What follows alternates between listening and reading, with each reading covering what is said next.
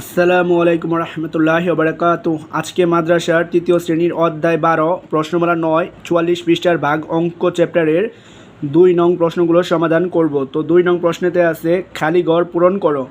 তো 2 এর ক নং প্রশ্নটির প্রথমেই সমাধান করব। তো এখানে আছে 15/3 সমান খালি ঘর আছে একটা। তো এখানে হচ্ছে ভাগফলটা লিখতে হবে। তো এখানে এটাকে ধরতে পারি প্রথম ঘর, এটা হচ্ছে দ্বিতীয় ঘর, আর এটা হচ্ছে 3 নাম্বার ঘর। তো এটা ভাজ্য, এটা হচ্ছে ভাজক। তো এখন ভাজকের ঘরে যে আছে অর্থাৎ দ্বিতীয় ঘরে যা আছে তার ঘরে নামতা পড়ব। দ্বিতীয় ঘরে 3 ছিল, তো 3-এর ঘরে নামতা পড়ব যাতে 15 হয়। 3×5 15, তো ভাগফল হয় হচ্ছে 5। 3×5 15, তো ভাগফল হয়েছে 5। তো এখন খ নম্বর প্রশ্নটি সমাধান করব। এখানে আছে 20/4। তো দ্বিতীয় ঘরে 4 আছে, তো 4-এর ঘরে নামতা পড়ব যাতে 20 হয়। 4-কে 4, 4×2 8, 3×4 12, 4×4 16, 4×5 20, 4×5 20 হয়। তো 4 আছে, 20 আছে, নাই শুধু 5। তো এই ভাগফলে 5টা বসাই দিব, যেটা নাই সেটা বসাই দিব।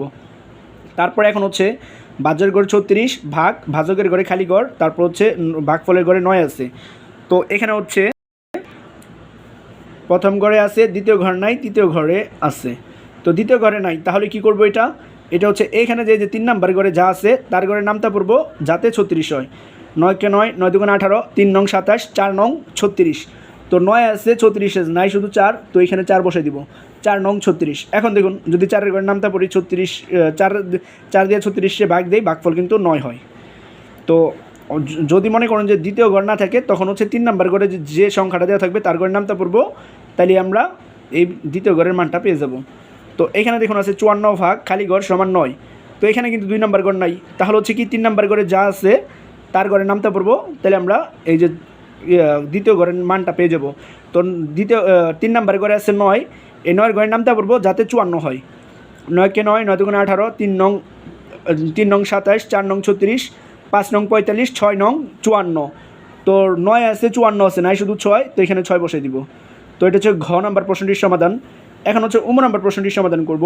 তো এখানে দেখুন 2 নাম্বার ঘরে নাই, তো কী করব? 3 নাম্বার ঘরে যা ছিল, 3 নাম্বার ঘরে 7 আছে, তো 7-এর ঘরে নামতা পড়ব যাতে 63 হয়। 7-একে 7, 7×2 14, 3×7 21, 4×7 28, 5×7 35, 6×7 42, 7×7 49, 7×8 56, 7 নং 63। তো এখানে হচ্ছে 9 হবে, কারণ 7 নং 63, 7 আছে, 63 আছে, নাই শুধু 9। তো 9টা এই দ্বিতীয় ঘরে বসে দিব। এখন হচ্ছে 6 নম্বর প্রশ্নটি সমাধান করব। তো এখানে দেখুন প্রথম ঘরে নাই, এবার ভাগ দ্বিতীয় ঘরে আছে এবং তৃতীয় ঘরে আছে। প্রথম ঘরে যদি না থাকে তাহলে কি করব? এই 2 নাম্বার ঘর আর 3 নাম্বার ঘর গুণ দিব। এই 3 নাম্বার ঘরে যা আছে তা দিয়ে 2 নাম্বার ঘরে গুণ দিব, বা 2 নাম্বার ঘরে যা আছে 3 নাম্বার ঘরে তা দিয়ে গুণ দিব। তো 8-এর ঘরের নামটা 9 পর্যন্ত পড়ব, অথবা 9-এর ঘরের নামটা 8 পর্যন্ত পড়ব। তো 8-এর ঘরের নামটা 9 পর্যন্ত পড়তেছি। তো 8 নং 72। তো এখানে কি করব? 3 নাম্বার প্রথম ঘরে 72টা লিখে দিব, তাইলে আমরা প্রথম ঘরে মানটা পেয়ে যাব। তো এখন দেখুন এখানে আবার 2 নাম্বার ঘরে নাই, তার মানে হচ্ছে 3 নাম্বার ঘরে যা আছে তার ঘরে নামটা পড়ব প্রথম এই 45 পর্যন্ত। তো যেহেতু 9 ছিল, 9-এর ঘরে নামটা পড়ব যাতে 45 হয়। 9-কে 9, 9×2 18, 3 নং 27, 4 নং 36, 5 নং 45। তো এখানে হবে 5 নং 45। তো 9 আছে, 45 আছে, নাই শুধু 5। তো 5টা এই খালি ঘরে বসাই দিছি। এখন হচ্ছে বর্গের নম্বর প্রশ্নটির সমাধান করব। তো এখানে 5-এর ঘর নামটা পড়ব যাতে 50 হয়। 5×10 50। তো এই ভাগফলে 10 লিখে দেবো, 5×10 50। তো 5 আছে, 50 আছে, নাই শুধু 10। 10টা ভাগফলে বসাই দিছি। এখন হচ্ছে ঝ নম্বর প্রশ্নটির সমাধান করব। তো 8-এর ঘর নামটা পড়ব যাতে 64 হয়। 8×8 64, 8×8 64। তো এখানে 8 আছে একটা, 64 আছে, তো আরেকটা 8 লাগবে। তো এই আরেকটা 8 এইখানে বসে দিব।